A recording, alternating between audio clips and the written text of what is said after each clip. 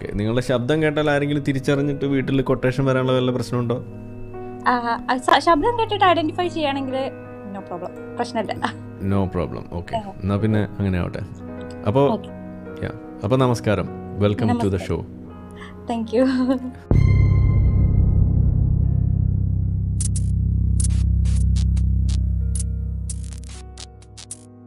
Okay, പറയൂ. ഞാൻ കുറെ ആയി വിളിക്കണം എന്ന് വിചാരിച്ചിട്ടുണ്ടായിരുന്നു. എനിക്ക് ഞാൻ ഇവിടെ ആയതുകൊണ്ട് എങ്ങനെ വിളിക്കും എന്നുള്ള ഒരു ആലോചനയായിരുന്നു. പിന്നെ ഇങ്ങനെ ഒരു ഓപ്ഷൻ കിട്ടി, അതുകൊണ്ട് വിളിക്കാൻ പറ്റും. കുറെ നാളായിട്ട് ആഗ്രഹിച്ച് നടക്കായിരുന്നു. അതെ, ശരി. ഞാൻ സത്യം പറഞ്ഞാല് ആരിഫ് സാറിന്റെ ആദ്യം ഒരു 3 വർഷം പറഞ്ഞാൽ മതി, സാറ് വേണ്ട.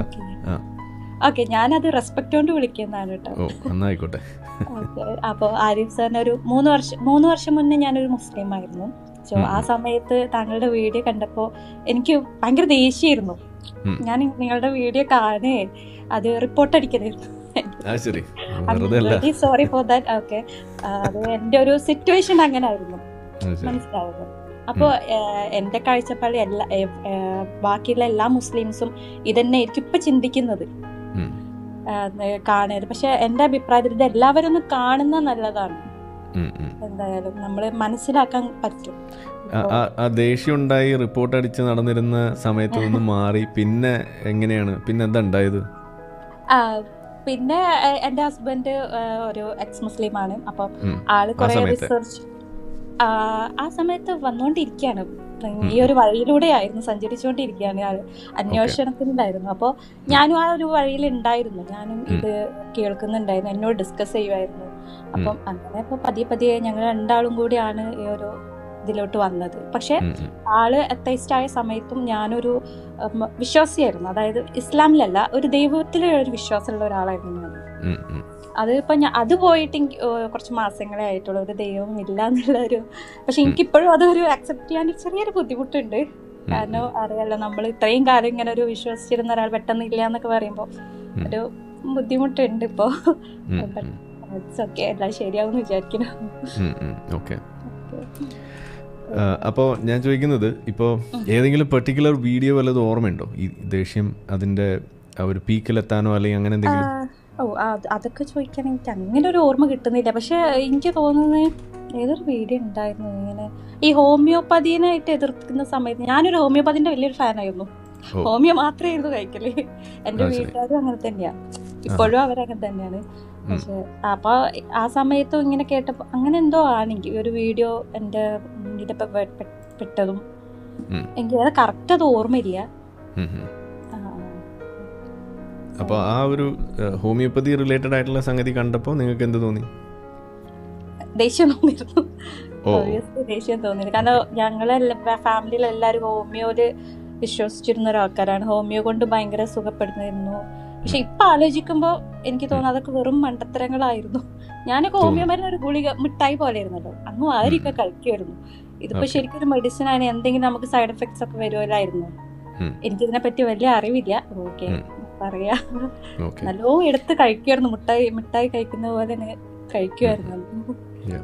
ഇനിയിപ്പോ ഈ ഒരു ഇപ്പൊ നമ്മൾ എത്തി നിൽക്കുന്നിടത്ത് നിന്ന് തിരിഞ്ഞു നിന്ന് നോക്കുമ്പോൾ എന്താണ് പങ്കുവെക്കാനുള്ളത് സമൂഹത്തോട്? ഞാന് ഇങ്ങനെ ഒരു എക്സ് മുസ്ലിമായി എന്നുള്ളത് പറഞ്ഞാൽ മനസ്സിലാവും എങ്ങനെയായിരിക്കും.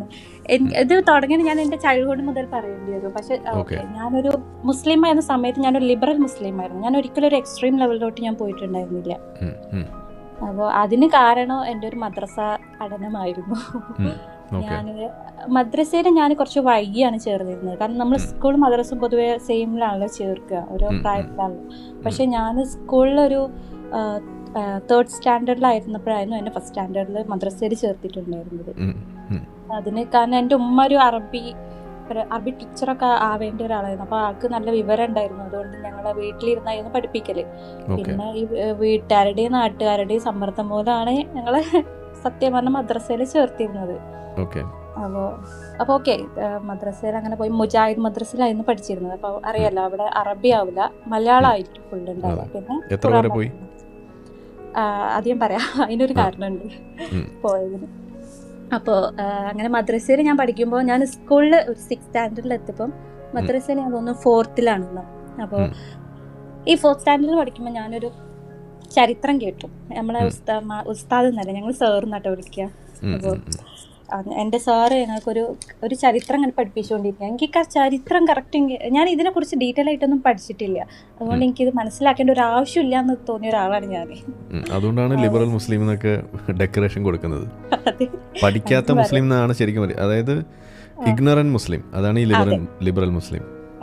അതെ, പറയാം. ഓക്കെ, അപ്പോൾ എനിക്ക് ചരിത്രം അങ്ങനെ കൂടുതൽ അങ്ങനെ അറിയില്ല. പക്ഷെ മുഹമ്മദ് നബി ചന്ദ്രനെ പിളർന്നൊരു സ്റ്റോറി കേട്ടു, ഓർമ്മയുണ്ട്. അപ്പോൾ ഇങ്ങനെ കഥയൊക്കെ കേട്ട് സാറ് ഞങ്ങളോട് പറഞ്ഞു, നിങ്ങൾ ഡൗട്ട്സ് ഒക്കെ ഉണ്ടെങ്കിൽ ചോദിക്കണം, ഡൗട്ട്സ് ചോദിക്കുന്ന കുട്ടികളാണ് നല്ല കുട്ടികൾ, നിങ്ങൾക്ക് എന്തെങ്കിലും ഡൗട്ട്സ് ഉണ്ടെങ്കിൽ നമ്മൾ ചോദിക്കണം എന്ന് പറഞ്ഞു. അപ്പം ഞാനിങ്ങനെ സാർ ആ സമയത്ത് ചോദിച്ചില്ല. ആ സമയത്ത് ഞാൻ ചിന്തിച്ചുകൊണ്ടിരിക്കുകയാണ്, എന്തുകൊണ്ടാവും ചന്ദ്രനൊക്കെ പിളർന്നാൽ, ചന്ദ്രനെ പിളർന്നാൽ എന്താ പറയുക, അതിൻ്റെ ഉള്ളിലുള്ള ഇതിനെ പറ്റിയൊന്നും അറിയത്തില്ല. പക്ഷെ എന്തായാലും ഇങ്ങനെ ലോകം നശിക്കൂലേ, ഇങ്ങനെ കുറേ ചിന്തകൾ ഒരു കുഞ്ഞായിരുന്ന ഒരു 4ാം ക്ലാസ്സിലല്ല 6ാം ക്ലാസ്സിൽ പഠിക്കുന്ന കുട്ടിയുടെ ഉള്ളിൽ വന്നു. അപ്പോൾ ഞാൻ ഓക്കെ, ഇത് സാർക്ക് സംശയം ചോദിക്കുന്നത് ഇഷ്ടമാണല്ലോ, നമുക്ക് ചോദിച്ചിട്ട് ഞാൻ സാറിൻ്റെ അടുത്ത് പോയി. ഒരു അഭിമാനത്തോടെയാണ് ഞാൻ പോകുന്നത്, വളരെ പ്രൗഡായിട്ടൊക്കെ എനിക്ക് ഡൗട്ട് ഉണ്ട്, സാർ എന്തായാലും എന്നെ കൂടുതൽ അംഗീകരിക്കും, നമ്മളെ നമുക്കൊരു അറ്റൻഷൻ തരും. അങ്ങനെ ഈ ഡൗട്ട് അങ്ങ് ചോദിക്കുന്നതോടുകൂടി നമ്മൾ അങ്ങ് ഉയർത്തപ്പെടും. അതെ അതെ, ആ ഒരു സന്തോഷത്തോടെയാണ് ഞാൻ ആളുടെ അടുത്ത് പോകുന്നത്. പക്ഷെ പോകുമ്പോൾ ഞാൻ ഒറ്റക്കായിരുന്നു പോയിരുന്നത്. അപ്പോൾ ആള് റൂമിൽ ഒറ്റക്കായിരുന്നു ഉണ്ടായിരുന്നത്. ആ സമയത്ത് ഞാനിങ്ങനെ സാറിനോട് ചോദിച്ചു, സാർ എനിക്ക് ഇങ്ങനെ ഡൗട്ട് ഉണ്ട്, എൻ്റെ ഡൗട്ട്സ് ഞാൻ ചോദിച്ചു. ഇങ്ങനെ ചന്ദ്രനെ പിളർക്കുമ്പോൾ എന്തായാലും എന്തെങ്കിലും പ്രത്യാഘാതങ്ങളൊക്കെ ഉണ്ടാവില്ല, തെളിവുകൾ എന്തെങ്കിലും ഉണ്ടോ, ഇതിന് തെളിവുകൾ എന്തെങ്കിലും അങ്ങനെ ഞാൻ ചോദിച്ചു, തെളിവുകൾ എന്തെങ്കിലും കണ്ടെത്തിയിട്ടുണ്ടോ എന്ന് ചോദിച്ചു. അപ്പൊ സാർക്ക് പറയാൻ ഉത്തരമില്ലാത്തോണ്ടാണോ എന്തോന്നും അറിയില്ല, എന്താ പറയാ, എന്നെ കാലില്ല നമ്മളെ തൊടയില് ആ ഒരു ഭാഗത്ത് മൂപ്പർക്ക് ഒരു നഖം വളർത്തുന്ന ഒരു സ്വഭാവമുണ്ട്. ഇതുവരെ ഞാൻ അങ്ങനെ കണ്ടിട്ടില്ല, ഇനി കാണാത്ത വേറെ കേൾക്കാത്തതാണെന്ന് എനിക്കറിയില്ല.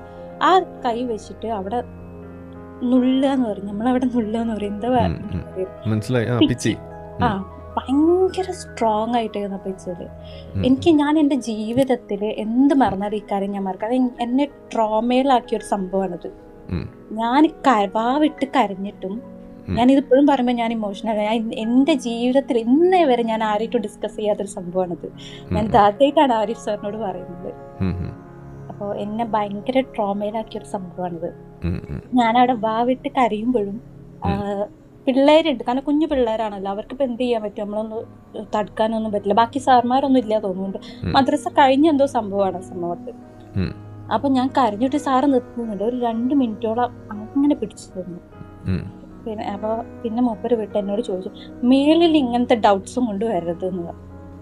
എന്നെ ഭയങ്കരമായിട്ട് വിഷമിപ്പിച്ചൊരു സംഭവമാണ്. എന്തായാലും എനിക്ക് തോന്നി, ഓക്കെ ഭൂമി പിളർന്ന് താഴേക്ക് പോയാൽ മതി, അങ്ങനത്തെ ഒരു ലെവലിലോട്ട് ഞാനിങ്ങനെ ഇല്ലാണ്ടായാൽ മതി എന്നുള്ള ഒരു ചിന്തയായിരുന്നു എനിക്ക്. ചന്ദ്രനെ പിളർത്താൻ പോയി ഭൂമി പിളർന്നാൽ മതി. അതെ അതെ, ഭൂമി പിളർന്ന് താഴേക്ക് പോയാൽ മതി എന്നുള്ളൊരു അവസ്ഥയായി. ഞാൻ കരഞ്ഞ് എൻ്റെ കണ്ണൊക്കെ കണ്ട എല്ലാവർക്കും മനസ്സിലാവും, അങ്ങനത്തെ ലെവലിൽ എത്തിയിട്ടുണ്ടായിരുന്നു. പക്ഷെ ഞാനിത് വീട്ടിലൊന്നും പറഞ്ഞിട്ടില്ല. വീട്ടിലെത്തിയപ്പോൾ ഉമ്മാക്കൊക്കെ മനസ്സിലായിട്ടുണ്ടായിരുന്നു. അപ്പോൾ എന്നോട് ചോദ്യം ചോദിച്ചപ്പോൾ കുട്ടീനെ അടിച്ചു, അതുകൊണ്ടാണെന്ന് പറഞ്ഞു. അപ്പോഴും ഞാൻ അങ്ങനെ പറഞ്ഞിട്ട് പോലെ എനിക്ക് വിമർശനമായിരുന്നു, പഠിക്കൂല ഇങ്ങനെയാണ് പറഞ്ഞിട്ട് വീട്ടിൽ നിന്ന് എനിക്ക് വിമർശനമായിരുന്നു ഉണ്ടായിരുന്നത്. ഈ ഒരു നുള്ളല് എനിക്ക് 2 ആഴ്ചയോളം എനിക്ക് വേദന ഉണ്ടായിരുന്നു. പഴുത്തുപോയി, അതൊരു കുരുപോലെ വന്നു. അതായത് കല്ലിച്ചിട്ട അങ്ങനെ ഒരു സംഭവം ഉണ്ടാവുമല്ലോ, അപ്പൊ ഒരു ഭയങ്കര ചുവന്നൊരു ഉണ്ട പോലെ ആയിട്ട് വന്നിട്ടുണ്ടായിരുന്നു. 2 വീക്സോളം എനിക്ക് ഇരിക്കാനോ മര്യാദക്ക് നടക്കാനോ ഒരു ഡ്രസ്സ് ഇടുമ്പോഴൊക്കെ ഞാൻ ഭയങ്കരമായിട്ട് അനുഭവിച്ചിട്ടുണ്ട് ആ വേദന. ഒരു കുഞ്ഞാവുമ്പോ ആ വേദനത്തോളം എത്ര ഇടങ്ങേറാവും ആർക്കായാലും മനസ്സിലാവില്ല. അപ്പൊ വീട്ടില് ഉമ്മ കണ്ടിരുന്നു. ഉമ്മാന്റെ വിചാരം എന്തോ കുരു എന്തോ ആണ്. ഞാൻ പറയാനും നിന്നിട്ടില്ല, കാരണം എനിക്ക് പറയാൻ പേടിയായിരുന്നു. ഇനിയിപ്പൊ ഞാൻ വീട്ടിലും കൂടി പറഞ്ഞാല് എനിക്ക് ഇതിനേക്കാൾ അപ്പുറമായിരിക്കും എന്ന് എനിക്ക് പേടിയായിരുന്നു. അപ്പൊ ഞാൻ ആരോടും ഇത് പറഞ്ഞിട്ടുണ്ടായിരുന്നില്ല. അപ്പൊ പിന്നെ ഞാൻ ഈ മദ്രസയിൽ പോകുമ്പോ ഈ സാറിന് എന്നെ കാണുമ്പോ ഭയങ്കര പുച്ഛമായിരുന്നു. ഞാൻ ഇരിക്കുമ്പോഴൊക്കെ ഇടങ്ങേറി കാണുന്ന എല്ലാവർക്കും മനസ്സിലാവും. അതുപോലെ കണ്ടിട്ട് ആ സാറിന് ഒരു മനസ്സാക്ഷിയില്ലായിരുന്നു എൻ്റെ അടുത്ത്. എന്നെ കാണുമ്പോൾ കളിയാക്കുക, ഇനി നിനക്ക് എന്തെങ്കിലും കഴിയുമ്പോൾ നിനക്ക് എന്തെങ്കിലും ഡൗട്ട് ഉണ്ട് എന്നോട് ചോദിക്കാൻ, അങ്ങനെയൊക്കെ ഒരു കുത്തുന്ന ഒരു ടൈപ്പ് ഓഫ് വർത്താനായിരുന്നു ആളുടെ അടുത്ത് നിന്ന്. 1 വർഷം ഞാൻ എങ്ങനെ കടന്നു പോകാൻ എനിക്കിപ്പോഴും ആലോചിക്കുമ്പോൾ പേടിയാണത്. ഒരു വർഷം കൂടെ കഴിഞ്ഞു. പിന്നെ ഞാൻ ഇത് മദ്രസയിൽ എത്രാം ക്ലാസ് ആയിട്ട് വരും? 4th 4 സ്കൂളിൽ ഞാനൊരു 6ാം ക്ലാസ്സിൽ. അപ്പോൾ ആ ഒരു വയസ്സ് വെച്ച് നോക്കി. അപ്പോൾ ഞാൻ 5th സ്റ്റാൻഡേർഡിലോട്ട് പാസ്സായി. അപ്പം എൻ്റെ മനസ്സിൽ ആകെ ഒരു പ്രാർത്ഥന ഉണ്ടായിരുന്നുള്ളൂ, ഈ സാറ് എൻ്റെ സാറായിട്ട് വരരുത് എന്നുള്ള ഒരു പ്രാർത്ഥനയൊന്നും ഉണ്ടായിരുന്നത്. അപ്പോൾ എന്താ എനിക്കറിയില്ല, അങ്ങനെ പ്രാർത്ഥിച്ചിട്ട് അന്ന് കുഞ്ഞു കുട്ടികളാകുമ്പോൾ പ്രാർത്ഥനയ്ക്ക് ഉത്തരം കിട്ടി എന്നുള്ള സമാധാനം എനിക്കല്ലോ. 5th സ്റ്റാൻഡേർഡിൽ എനിക്ക് ആ സാറുണ്ടായിരുന്നില്ല.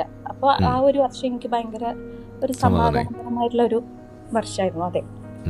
പിന്നെ ഇങ്ങനത്തെ ഒരു ടോക്സിക് ആയിട്ടുള്ള സാർമാരൊന്നും കിട്ടിയിട്ടില്ല. എനിക്കൊരു ഫേവറേറ്റ് സാറിനെ തന്നെ കിട്ടിയിട്ടുണ്ടായിരുന്നു. ഇത് വീട്ടിൽ പറഞ്ഞിട്ടില്ല? എങ്ങനെ? വീട്ടിലിത് പറഞ്ഞിട്ടില്ല? ഇല്ല, വീട്ടിൽ ഇപ്പോഴും ഞാൻ പറഞ്ഞിട്ടില്ല ഇങ്ങനെ ഒരു ഇൻസിഡന്റ് ഉണ്ടായിട്ടില്ല. എനിക്ക് പറയാൻ പേടിയായിരുന്നു അതൊക്കെ. ഹസ്ബൻഡിനോട് പറഞ്ഞിരുന്നോ? ഇല്ല, അതെ, ഇതെല്ലാരും ആദ്യമായിട്ട് എനിക്ക് കേൾക്കുന്നത്, എന്നെ അറിയുന്ന ആരായിട്ടുണ്ടെങ്കിൽ. കാരണം എനിക്ക് ഞാൻ ഇതെപ്പോ പറഞ്ഞാലും ഭയങ്കര ഇമോഷണൽ ആവും. ഞാൻ ഇപ്പോഴും ഇമോഷണൽ ആണ്. അപ്പോ അതുകൊണ്ടാണ് ഞാൻ ഇനി എന്റെ കരയുന്ന ഒരു ഫേസ് വേറുള്ളവർ കാണരുത് എന്നുള്ളൊരു ഇതുകൊണ്ടായിരിക്കാം ഞാൻ പറയാത്ത ആരോടും. അങ്ങനെ ഞാൻ 5th സ്റ്റാൻഡേർഡ് ഒരു വർഷം അങ്ങനെ ഒരു സമാധാനപരമായ രീതിയിൽ പോയി. അങ്ങനെ വീണ്ടും ഞാൻ 6th സ്റ്റാൻഡേർഡിലോട്ട് എത്തി.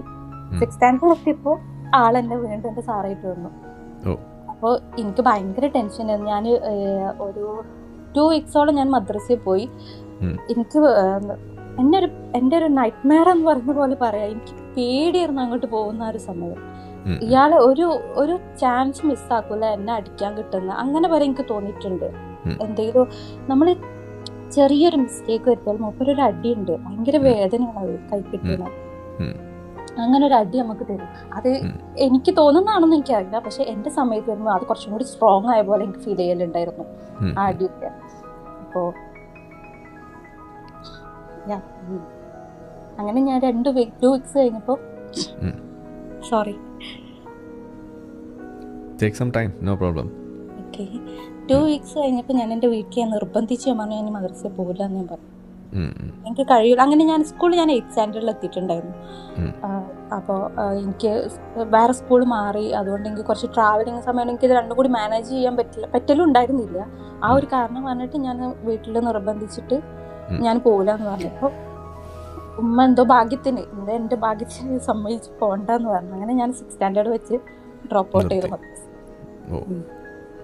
അതാണ് ഞാൻ തുടക്കത്തിൽ എത്ര വരെ പോയെന്ന് പറഞ്ഞപ്പോൾ അതെ 6th സ്റ്റാൻഡേർഡ് അപ്പൊ പറയാതിരുന്നത് ഈ സസ്പെൻസ് ആണ്.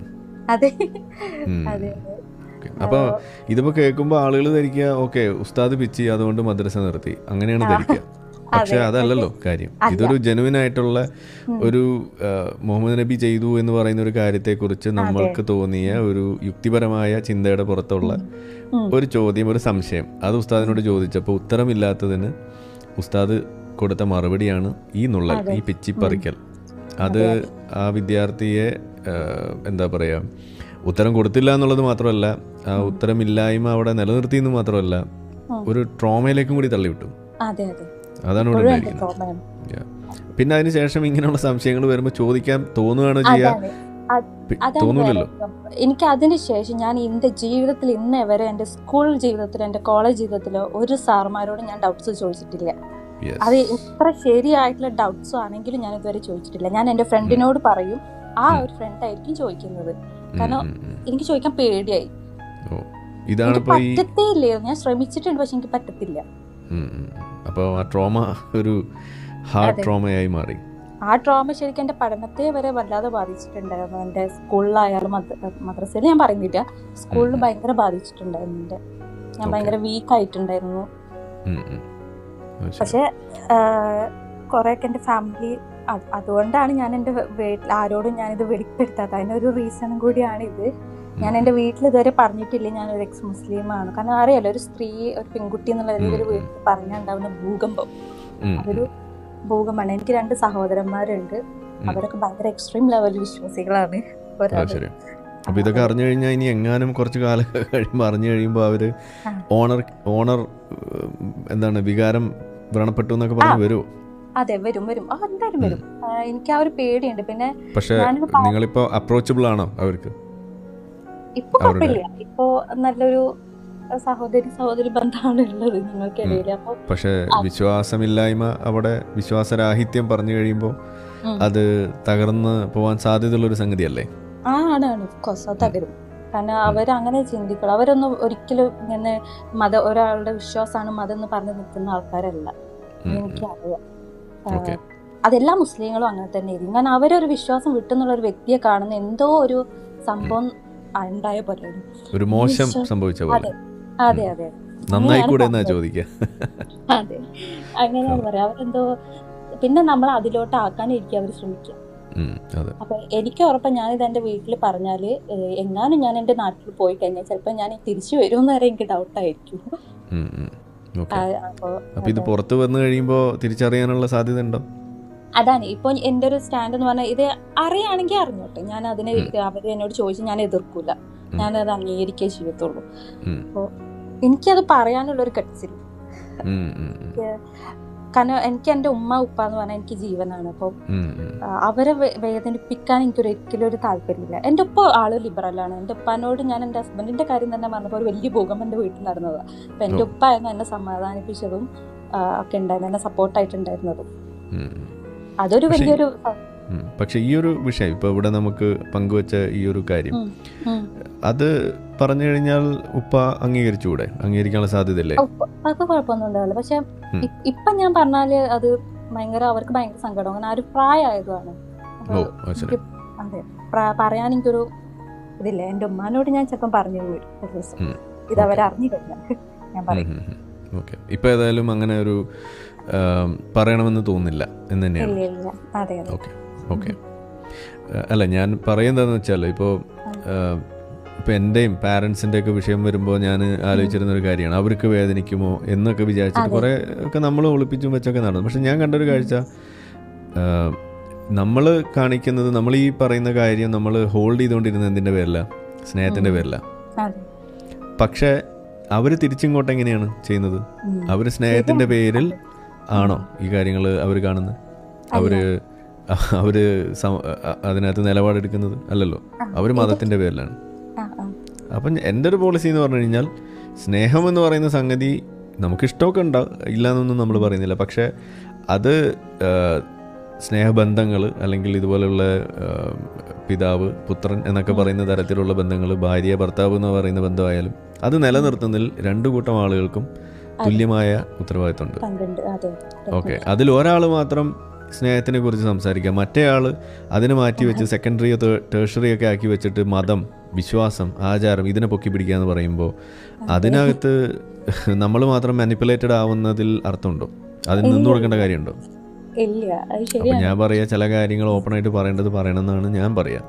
എൻ്റെ ഒരു ഒപ്പീനിയനാണ്. പക്ഷേ അതിപ്പോൾ ഉമ്മാടെ അടുത്ത് പോയി പറയണമെന്നല്ല ഞാൻ പറയുന്നത്. മനസ്സിലാക്കുന്ന ഒരു ഫാദർ ഉണ്ട് എന്ന് പറഞ്ഞ സ്ഥിതിക്ക് ഈ കൂടുതലൊന്നും പറയണ്ട, ഇതൊരു കത്തെഴുതണം. ഞാൻ എൻ്റെ ജീവിതത്തിൽ ചെയ്തൊരു കാര്യം പറയും, ഇപ്പം നിങ്ങൾ അങ്ങനെ ചെയ്യണമെന്നല്ല കേട്ടോ പറയുന്നത്. എനിക്കിതൊരു വലിയ പ്രശ്നമായ സമയത്ത് നമുക്ക് നമ്മളെ പാരൻസിൻ്റെ ഭാഗത്തുനിന്ന് കിട്ടേണ്ട ഒരു കരുതൽ, കാണേണ്ട ഒരു സ്നേഹത്തിൻ്റെ ഒരു സംഭവമൊക്കെ നമുക്ക് പലപ്പോഴും കുറഞ്ഞു പോയതായിട്ടൊക്കെ തോന്നിയ ഘട്ടത്തിൽ ഞാൻ ചെയ്തിട്ടുള്ളൊരു കാര്യമുണ്ട്. പറയാനുള്ള കാര്യം പറയാൻ ചെന്നാൽ അവർ കേൾക്കില്ല. ഇതാണല്ലോ പ്രശ്നം. അപ്പോൾ നമ്മളത് കത്തായിട്ട് എഴുതിയിട്ട് അവർക്ക് കൊടുത്തു. ഇതാണ് ഉണ്ടായിട്ടുള്ളത്. അങ്ങനെ വലിയ മാറ്റങ്ങൾ ഉണ്ടായിട്ടുണ്ട്. ഞാൻ എൻ്റെ ജീവിതത്തിൽ 2 കത്തുകളാണ് എഴുതിയിട്ടുള്ളത്. 3ാമത്തത് കത്തല്ല എഴുതിയത്, അതൊരു വാട്സപ്പ് ഗ്രൂപ്പ് ഉണ്ടാക്കിയിട്ട് മെസ്സേജ് ഇടുകയാണ് ചെയ്തത്. ഡീറ്റെയിൽ ഒന്നും ഞാൻ പറയുന്നില്ല. അപ്പം ഇങ്ങനെ ഒരു സംഭവം. അപ്പോൾ നമുക്ക് പറയാനുള്ള കാര്യം നമ്മൾ കൃത്യമായിട്ട് എഴുതി അത് പങ്കുവെച്ച് കഴിഞ്ഞാൽ കത്തുകൾ അത് വലിയ ഒരു ഇമ്പാക്റ്റ് ഉണ്ടാക്കുന്ന സംഗതിയാണ്. അത് നമ്മൾ പറയുമ്പോൾ ഒറ്റ തവണ കേൾക്കുന്നതും ഈ കത്ത് കൈ കിട്ടി കഴിയുമ്പോൾ അതൊരു 10 തവണ വായിക്കുന്നതും തമ്മിൽ വ്യത്യാസമുണ്ട്. അപ്പോൾ ഞാൻ പറയാ, സാധാരണ അച്ഛൻ മകൾക്ക് എഴുതിയ കത്തിനെ കുറിച്ചാണ് നമ്മൾ പറയാറുള്ളൂ. അപ്പോൾ മകള് അച്ഛനൊരു കത്തെഴുതുക, ഈ വിഷയം ഇത് വളരെ സീരിയസ് ആയിട്ടുള്ള കാര്യമാണ്. നിങ്ങൾ അന്ന് അത് ചോദിക്കുമ്പോൾ ആ ഉസ്താദ് കൃത്യമായിട്ട് ഉത്തരം പറഞ്ഞില്ലെങ്കിൽ പോലും നിങ്ങൾക്കൊരു താൽക്കാലികമായിട്ടൊരു സമാധാനം കിട്ടുന്നതിന് കാരണമാകുന്ന എന്തെങ്കിലും ഒരു ഉത്തരം പറഞ്ഞു തന്നെ കൂട്ടാം. ചിലപ്പോൾ ഇന്ന് നിങ്ങൾ വിശ്വാസിയായിട്ട് നിലനിൽക്കുന്നുണ്ടാവും ഇന്ന്, ഇല്ലേ? അതായത് അവിടെ സംഭവിച്ചത് എന്താണ്? ഈ സംശയം ചോദിക്കുന്നത് പോലും തെറ്റാണെന്ന് പറഞ്ഞു കഴിയുമ്പോൾ സംശയം കുട്ടികൾക്ക് ഉണ്ടാവും, മനുഷ്യന്മാർക്ക് ഉണ്ടാവും. അത് ഒരിക്കലും ആർക്കും തടുക്കാൻ കഴിയില്ല. അപ്പോൾ നമ്മളുടെ മദ്രസകളിൽ നടക്കുന്നത് യഥാർത്ഥത്തിൽ ഈ പറയുന്ന ഇൻഡോക്ട്രിനേഷൻ ആണ്. അതാണിപ്പോൾ നമ്മൾ കണ്ടത്. അതോടൊപ്പം തന്നെ അവർ ചെയ്യുന്നൊരു കാര്യമാണ് ഇൻഡോക്ട്രിനേഷൻ പല രീതിയിൽ ചെയ്യുന്നതിലൊന്ന് ഈ സംശയം ചോദിക്കരുത് എന്ന് പറയുന്നതോടൊപ്പം തന്നെ അതിൽ തെറ്റായിട്ടുള്ള റോ മെറ്റീരിയൽസും കൂടി നമുക്ക് തിരഞ്ഞെടുക്കാൻ നമ്മൾ പ്രേരിപ്പിക്കുന്നു എന്നുള്ളതാണ് അവരുടെ ഒരു പ്രധാന രീതി. എന്ന് വെച്ചാൽ അവർ തെളിവാണല്ലോ ഇയാൾ പോയി ചോദിച്ചത്. ഓക്കെ, ഉസ്താദ് ഇപ്പോൾ സാധാരണ നമ്മളൊക്കെ ഇതേപോലെ ചോദ്യം ചോദിച്ചിട്ടുള്ളപ്പോൾ നമുക്ക് കിട്ടിയ ഉത്തരം എന്ന് പറയുന്നത് തെളിവുകളല്ല അവർ തരിക എന്താണ്, അവർ തരിക ഒരു അപ്പീൽ ടു അതോറിറ്റി എന്ന് പറയുന്നൊരു സാധനമാണ്. മുഹമ്മദ് നബി അങ്ങനെ പറഞ്ഞാൽ അത് ശരിയായിരിക്കും, അതിൽ തെറ്റ് വരില്ല, ആൾ അൽ അമീൻ എന്നാണ്, സത്യസന്ധനാണ്, അൽ അമീൻ എന്നാണ് എല്ലാവരും നാട്ടുകാർ വിളിച്ചിരുന്നത്. അപ്പോൾ അതുകൊണ്ട് കൂടുതൽ ചോദ്യമൊന്നും വേണ്ട, അങ്ങനെ സംശയിക്കേണ്ട കാര്യമില്ല, അള്ളാഹു അങ്ങനെ പറഞ്ഞത് തെറ്റില്ല, ഇതുപോലെ പറഞ്ഞിട്ട് നമ്മളെ തെറ്റിദ്ധരിപ്പിക്കും. അപ്പോൾ ഇതും നമ്മളെ മാനിപ്പുലേറ്റ് ചെയ്യുന്നതിൻ്റെ മറ്റൊരു രീതിയാണ്, ഈ ഇൻഡോക്ട്രിനേഷൻ്റെ മറ്റൊരു വശമാണ്. അപ്പോൾ ഇയാളുടെ അടുത്ത് എടുത്തത് ആദ്യത്തെ വഴിയാണ്, അത് പേടിപ്പിക്കുക എന്നുള്ളതാണ്. പിന്നെ ഒരിക്കലും കോളേജിൽ പോലും സംശയം ചോദിക്കുന്നതിൽ നിന്നും നമ്മൾ പിന്തിരിപ്പിക്കുന്ന അവസ്ഥയിലേക്ക് എത്തി എന്ന് പറയുമ്പോൾ അതൊരു വലിയ വിഷയമാണ്. അപ്പോൾ ഈ ഒരു കത്ത് എഴുതുമ്പോൾ കൈപ്പടയിൽ തന്നെ എഴുതിയിട്ട് നമ്മളെ ചാനലിൻ്റെ ലിങ്ക് അതും കൂടി വെച്ച് ഈ പറയുന്ന ഈ വീഡിയോയുടെ ഈ പോർഷൻ്റെ ലിങ്കും കൂടി വെച്ചിട്ട് ബാപ്പാക്ക് കൊടുക്കുക, സൗകര്യം പോലെ അയച്ചു കൊടുക്കുക, പറയാനുള്ളതും കൂടി പറയാം, എന്തുകൊണ്ടാണ് ഇത് പറയാതിരുന്നതെന്നും കൂടി പറയാം.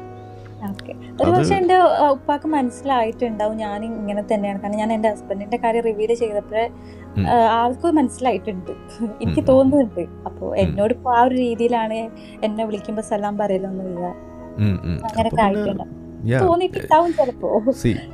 ഇത് നല്ലൊരു വഴിയായിരിക്കും എന്നാണ് ഞാൻ പറയുന്നത്, എൻ്റെ ഒരു ഒപ്പീനിയനാണ്. ആലോചിച്ചിട്ട് ചെയ്താൽ മതി. പറയാൻ ബുദ്ധിമുട്ടുണ്ടെങ്കിൽ എഴുതി കൊടുക്കുക എന്നുള്ളത്, അതോടൊപ്പം തന്നെ ഈ ഒരു റിസെപ്റ്റീവ് ആണല്ലോ ആള്, ആ ഒരു ഭാരം അങ്ങ് ഒഴിവായി കിട്ടും, അതാണ് ഞാൻ പറയുന്നത്. അവർക്കും കുറച്ചും കൂടി എളുപ്പമാവും കാര്യങ്ങൾ. പക്ഷെ ഉപ്പാനോട് കത്ത് ചെയ്തേണ്ട ആവശ്യമില്ല, എനിക്ക് പേഴ്സണലി തന്നെ പറയാം. അപ്പൊ ഞാൻ നാട്ടിൽ എന്നാലും പോകുമ്പോ ഞാൻ പറയാന്നാണ് വിചാരിക്കുന്നത്. കത്തെഴുതുന്നതായിരിക്കും കുറച്ചുകൂടി നല്ലതെന്ന് ഞാൻ പറയാം. എനിക്കുള്ള ഒരു കാര്യം ഡൗട്ടായിരിക്കും ഇതെങ്ങനെ വീട്ടിലറിഞ്ഞാൽ. ഓക്കെ, ശരി. എനിവേ അതൊരു നല്ലൊരു അന്ത്യം, അതിനകത്ത് നല്ലൊരു ഒരു പറയാം ഒരു റെസൊല്യൂഷൻ ഉണ്ടാകട്ടെ എന്ന് ഞാൻ ആശംസിക്കുകയാണ്. കാരണം ഇത് വലിയൊരു ഭാരമാണ്, നമുക്ക് ഊഹിക്കാവുന്നേ ഉള്ളൂ. അതെ, കാരണം പിന്നെ ഇനിയും ഉണ്ട് കേട്ടോ എന്നെ പറ്റി പറയാനാണെങ്കിൽ. എൻ്റെ ഇതിലേക്കുള്ള ഒരു ജേർണി എന്ന് പറയുകയാണെന്നുണ്ടെങ്കിൽ, ഞാൻ ഇങ്ങനത്തെ ഒരു സ്റ്റോറി കേട്ടപ്പോൾ ഞാൻ പിന്നെ ഇതുണ്ടല്ലോ ഈ എന്താ ഫിറൗനെ കൊല്ലുന്ന ഒരു സംഭവം, കടൽ പിളർന്ന് മൂസ നടന്നുപോയ ഒരു ചരിത്രം ഉണ്ടല്ലോ. അപ്പോൾ ഞാനത് കുറച്ച് വലുതായപ്പോഴാണ് ചോദിച്ചത്, എൻ്റെ ഉമ്മാൻ്റെ അടുത്താണ് ഞാൻ ചോദിച്ചിട്ടുള്ളത്. അപ്പോൾ എൻ്റെ ഞാൻ ഉമ്മാനോട് ചോദിച്ചത് ഇതിനൊക്കെ വല്ല തെളിവുണ്ടോന്നാണ് ഞാൻ എൻ്റെ ഉമ്മാനോട് ചോദിച്ചത്. ഉമ്മ ആയതുകൊണ്ട് എനിക്ക് ഇങ്ങനത്തെ കാര്യങ്ങൾ ചോദിക്കാൻ ഒരു പേടി ഉണ്ടായിരുന്നില്ല. അപ്പോൾ ഉമ്മാനോട് ചോദിച്ചപ്പോൾ ഉമ്മാൻ്റെ അടുത്ത് നിന്ന് ഭയങ്കര നെഗറ്റീവ് റെസ്പോണ്ടായിരുന്നു എനിക്ക് കിട്ടിയിട്ടുണ്ടായിരുന്നത്. ഉമ്മ അതിനൊരു ആൻസർ അല്ല എനിക്ക് തരുന്നത്, നേരെ മറിച്ച് നമ്മളെ ചീത്ത പറയാ, നീ ഇങ്ങനെ ചോദിക്കാൻ പാടില്ല, നിന്റെ ഈമാൻ തന്നെ പോയി, നീ ഇങ്ങനത്തെ ഡൗട്ട്സ് ഒന്നും ചോദിക്കാനേ പാടില്ല, നിനക്കൊന്നും വിശ്വാസം. അതെ, പിന്നെ ഇങ്ങനെയും പറയും, ഞങ്ങൾ 6th വരെ മദ്രസ പഠിച്ചുകൊണ്ട് നീയൊക്കെ ഒരു പട്ട മദ്രസയിൽ പഠിച്ചുകൊണ്ടാണ് നിനക്കൊരു വിവരവും ഇല്ലാത്തത്, ഇസ്ലാമികപരമായിട്ടൊരു വിവരവും ഇല്ല, ഇങ്ങനെയാണ് പറയാ എന്നോട്. അപ്പോൾ പറഞ്ഞു വന്നത്, ഇതേ സംശയം ചോദിക്കുന്ന ഒരു പ്രവണത വീട്ടിലും നടത്തിയപ്പോ ഉമ്മയും അവിടുന്ന് പിന്തിരിപ്പിക്കാനാണ് ചെയ്തത്, നുള്ളിയില്ലാന്നേ ഉള്ളൂ. അതെ അതെ, അങ്ങനത്തെ ഉമ്മ വേദനിപ്പിക്കുന്നുണ്ട്, ശാരീരികമായിട്ട് വേദനിപ്പിക്കുന്ന ഒരു വ്യക്തിയായിരുന്നില്ല, അതുകൊണ്ട് വാക്കുകൾ കൊണ്ടായിരുന്നു വേദനിപ്പിക്കുക. അങ്ങനെ ആയിരുന്നു. പിന്നെ എന്താ പറയാ, ഇങ്ങനെയൊക്കെ പറഞ്ഞിട്ട് ഉമ്മ നിസ്കരിക്കുന്ന ഒരു സമയമായിരുന്നു. ഉമ്മ പ്രാർത്ഥിച്ചത് തന്നെ എൻ്റെ കുട്ടിക്ക് പുറത്തു കൊടുക്കണേ, ഇങ്ങനെയൊക്കെ ചിലപ്പോൾക്ക് നല്ല ബുദ്ധിനെ കൊടുക്കണേ. അപ്പോൾ നമ്മൾ കുഞ്ഞായിരുന്നപ്പോൾ ഞാനും പ്രാർത്ഥിച്ചിരുന്ന ഒരു സംഭവമായിരുന്നു. നമ്മൾ കുഞ്ഞുങ്ങളെ പ്രാർത്ഥന വേഗം സ്വീകരിക്കുന്നതാണെന്നല്ല പറയാം. അപ്പൊ ഞാൻ അങ്ങനെ ചിന്തിച്ചു പഠിച്ചാണ്, ഇതിൽ വല്ല ഞാൻ ഇങ്ങനെ തന്നെയായിരുന്നു പ്രാർത്ഥിച്ചിരുന്നത്, ഇതിൽ വല്ല സത്യം ഉണ്ടെങ്കിൽ എനിക്ക് എന്തെങ്കിലും ഒരു തെളിവ് എനിക്ക് കാണിച്ചു, നിങ്ങൾക്ക് ഇതിനൊക്കെ കഴിവുള്ള ഒരാളല്ലേ, എനിക്ക് എന്തെങ്കിലും ഒരു പോസിറ്റീവായിട്ടുള്ള എന്തെങ്കിലും ഒന്നെങ്കിൽ കാണിച്ചു. ഇതായിരുന്നു എൻ്റെ പ്രാർത്ഥന. എനിക്ക് ഇത്രയും കാലമായിട്ട് ഇങ്ങനത്തെ ഒരു ട്രോമാസോ ഇങ്ങനത്തെ ഒന്നും ഇല്ലാത്ത, എനിക്ക് പോസിറ്റീവായിട്ടുള്ള ഒന്നും അങ്ങനത്തെ കിട്ടിയിട്ടില്ല. ഒരു മനസ്സിലാക്കേണ്ട, അതായത് ഈ മതമാണ് ശരിയെന്ന് മനസ്സിലാക്കേണ്ട രീതിയിലുള്ള ഒരു അങ്ങനത്തെ ഒരു പോസിറ്റീവ് കാര്യങ്ങളൊന്നും എനിക്ക് എൻ്റെ പ്രാർത്ഥനയ്ക്ക് ഇത്ര അങ്ങനെ കിട്ടിയിട്ടില്ല. ഇത് എത്ര നാൾ ചെയ്തു, എത്ര വയസ്സ് വരെ ചെയ്തു? ഇത് ഞാൻ മതം വിടുന്നവരെ ഞാൻ ചെയ്തിട്ടുണ്ടാവും. ഈ ഇസ്തിഖാറ ചെയ്തോ? അതായത് ഇസ്തിഖാറ നിസ്കാരം പ്രാർത്ഥന ചെയ്തിട്ടുണ്ടായിരുന്നു, അതിലൂടെ തന്നെയെന്ന് പറയും. അതും ചെയ്തിട്ടൊന്നും ഉണ്ടായില്ല? ഇല്ല, എനിക്കൊന്നും അങ്ങനത്തെ ഒന്നും ഇതുവരെ കിട്ടിയിട്ടില്ല. പിന്നെ എനിക്ക് എൻ്റെ ചിന്ത ഒക്കെ പിന്നെ സ്കൂളിലൊക്കെ പഠിക്കുമ്പോൾ നമ്മൾ പിന്നെ പഠനത്തിലോട്ട് ഫോക്കസ് ആയി, ഞാൻ ഇതിലോട്ട് അധികം വല്ലാണ്ട് കൊടുത്തിട്ടുണ്ടായിരുന്നു. പക്ഷേ എനിക്ക് ഒരുപാട് ഹിന്ദു ഫ്രണ്ട്സൊക്കെ ഉണ്ടായിരുന്നു. അപ്പോൾ എനിക്ക് ഭയങ്കര വിഷമമായിരുന്നു, ഇവരൊക്കെ നരകത്തിലോട്ടാണല്ലോ പോവുക. കാരണം ഇതിലെന്ത് ലോജിക്കാണുള്ളതെന്ന് ഞാൻ ചിന്തിച്ചിട്ടുണ്ടായിരുന്നു. ഇവര് ഈ നല്ല മനുഷ്യന്മാർ, ഈ മതങ്ങളിൽ തന്നെ ഒരുപാട് വൃത്തികെട്ട മനുഷ്യരുണ്ട്. ഇവരൊക്കെ സ്വർഗത്ത് പോവാ, ഈ ഇങ്ങനത്തെ എന്താ പറയാ മുസ്ലിംസ് ആയിട്ടുള്ള ആൾക്കാരൊക്കെ നരകത്തിലോട്ട് പോവാ. ഇങ്ങനെയൊക്കെ പഠിച്ചു ചെയ്യുമോ എന്നൊരു സംശയം. അങ്ങനെ ഞാൻ എൻ്റെ മനസ്സിനെ വിശ്വസിപ്പിച്ച ഒരു കാര്യം, ഇവരൊന്നും നരകത്ത് പോലെ, ഇവരൊക്കെ സ്വർഗത്തിലാണ് പോവാന്നാണ് ഞാൻ വിശ്വസിച്ചിട്ടുണ്ടായിരുന്നത്. ഖുറാനിൽ പറയുന്നത് ഓക്കെ മുസ്ലിങ്ങൾ നരകത്തിലാണ്, ഞാൻ എന്നെ വിശ്വസിപ്പിച്ചിരുന്നത് അങ്ങനെ ആയിരുന്നു. എനിക്ക് എൻ്റെ ഫ്രണ്ട്സ് ഒന്നും നരകത്ത് പോകുന്ന കാണാൻ എനിക്ക് താല്പര്യം ഉണ്ടായിരുന്നില്ല. ഒരുപാട് മുസ്ലിങ്ങൾ തന്നെ ഒരുപാട് ആൾക്കാർ മോശം കാര്യങ്ങൾ ചെയ്യുന്നവരുണ്ട്. ഇവരൊക്കെ സ്വർഗത്തിൽ പോവാണെന്നുണ്ടെങ്കിൽ അങ്ങനത്തെ ഒരു ദൈവം ഇല്ലാന്നായിരുന്നു ഞാൻ വിശ്വസിക്കുന്നത്. അതെ, ഈ ഇങ്ങനെ ഒരു ആശ്വാസം കൊണ്ട് നടന്നിരുന്നു. അതായത് നമ്മൾ മുസ്ലിം ആണല്ലോ, അപ്പം ഇനി അഥവാ ചെറിയ തെറ്റ് ചെയ്താലും മുസ്ലിം ആയതുകൊണ്ട് നമ്മൾ സ്വർഗത്തിൽ എത്തുമല്ലോ എന്നുള്ള ഒരു ആശ്വാസം എപ്പോഴെങ്കിലും? അങ്ങനെ ഒരു ആശ്വാസം എനിക്ക് ഉണ്ടായിരുന്നു ചോദിച്ചാല് ഉണ്ടായിട്ടൊക്കെ ഉണ്ട്. കാരണം സ്വാഭാവികമായിട്ട് അത് ഏതൊരു മുസ്ലിമിനും തോന്നുമല്ലോ. ഒരു മുസ്ലിമായി ഒരു മുസ്ലിം ഇതിൽ ജനിച്ച ഒരാൾക്ക് എന്തായാലും അത് തോന്നാണ്ടിരിക്കും. ഞാൻ മുസ്ലിം ആയതുകൊണ്ട് ഞാൻ സ്വർഗത്ത് പോകുന്ന എല്ലാ മുസ്ലിംസും വിചാരിക്കുന്നത്. നിങ്ങളും അത് ഉണ്ടായിരുന്നു? ഉണ്ടായിരുന്നു, എനിക്ക് ഉണ്ടായിരുന്നു. നിങ്ങൾ സ്വർഗത്തിൽ പോയിട്ട് സ്ത്രീകൾക്ക് എന്താ അവിടെ കിട്ടാന്ന് അതിനെ കുറിച്ച് സംശയം വല്ലതും ഉണ്ടായിരുന്നോ? എനിക്ക് അങ്ങനത്തെ സംശയങ്ങൾ ഞാൻ ഇതുവരെ പ്രകടിപ്പിച്ചിട്ടുണ്ട്. ഇല്ല.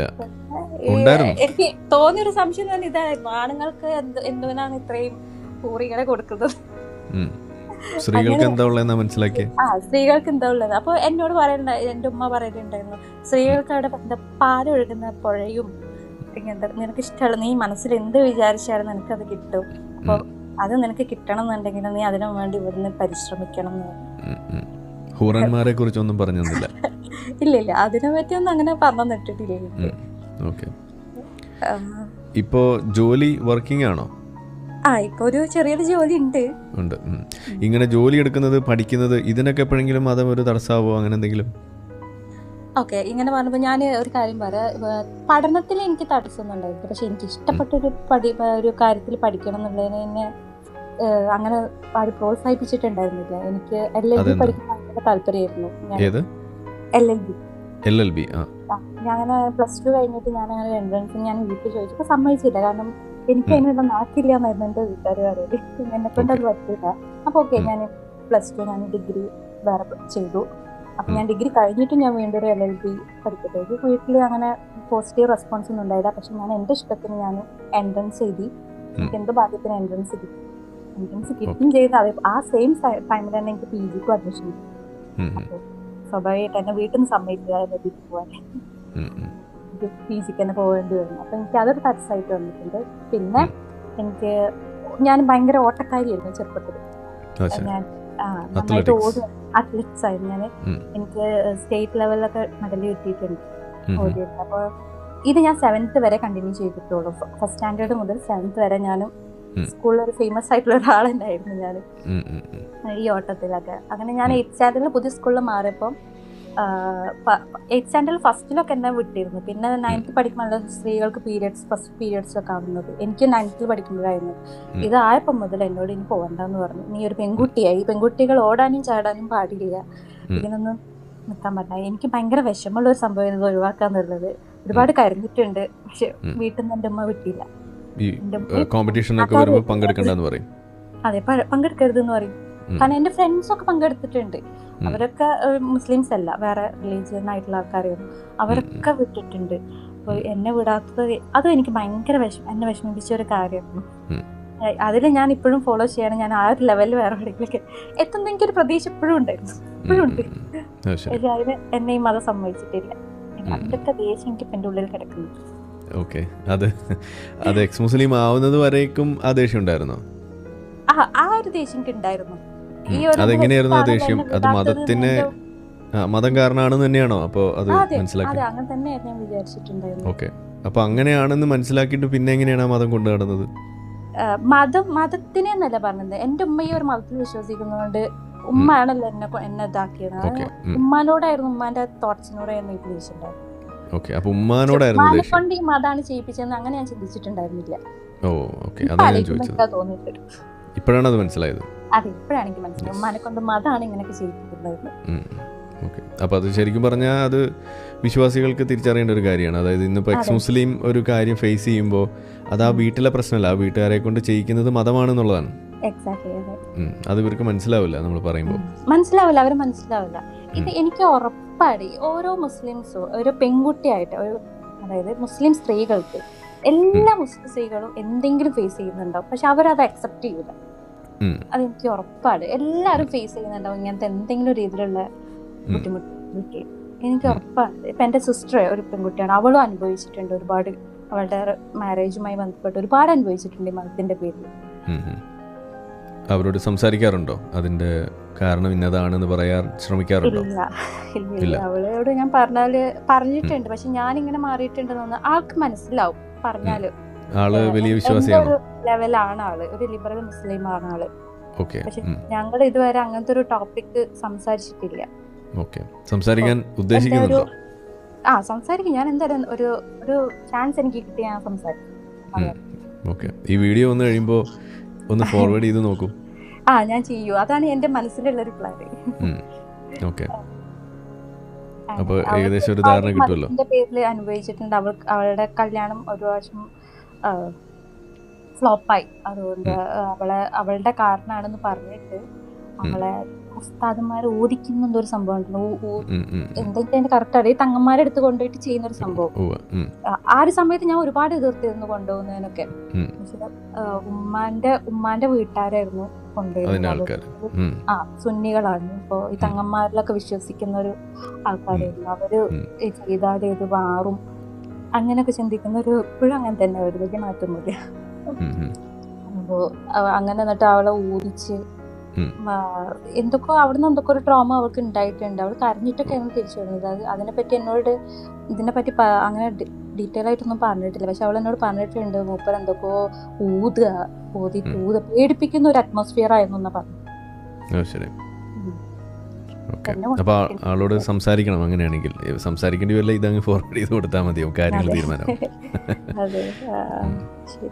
ഈ പറഞ്ഞ മാതിരി എന്തെങ്കിലും ഒരു ട്രോമ അത് വിശ്വാസത്തിൻ്റെ പേരിൽ ഇപ്പം എനിക്കൊക്കെ ഉണ്ടായിരുന്നു. ഇപ്പോൾ നമ്മളുടെ ഈ ഒരു സർവേ നടത്തുമ്പോൾ ആളുകൾ മതം വിടാനുള്ള കാരണം, അത് എന്തുകൊണ്ട് മതം വിടുന്നു എന്നുള്ളൊരു അന്വേഷണം. അപ്പോൾ അതിൻ്റെ ഭാഗമായിട്ട് കിട്ടിയിരിക്കുന്നത് മെജോറിറ്റി ആളുകളും മതം വിട്ടതിൻ്റെ കാരണം എന്ന് പറയുന്നത് മതം അവരുടെ ലൈഫിലുണ്ടാക്കുന്ന പേഴ്സണൽ ലൈഫിൽ അവരുടെ ഫ്രീഡവുമായി ബന്ധപ്പെട്ട്, പേഴ്സണൽ ചോയ്സുമായി ബന്ധപ്പെട്ടിട്ടുള്ള കോൺഫ്ലിക്ട്സ്, അതാണ് പ്രധാനപ്പെട്ട കാരണം. ഹ്യൂമൻ റൈറ്റ്സ് വയലേഷൻസ്, അതുപോലുള്ള സാധനങ്ങൾ.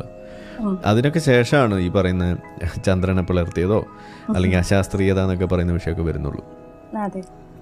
അപ്പോൾ ഇതൊരു പ്രധാനപ്പെട്ട കാരണം തന്നെയാണ്. ഇപ്പം നിങ്ങളിത് പറയുമ്പോഴും അത് നമുക്ക് കൊറോബറേറ്റ് ചെയ്യാൻ പറ്റുന്ന സാധനമാണ്.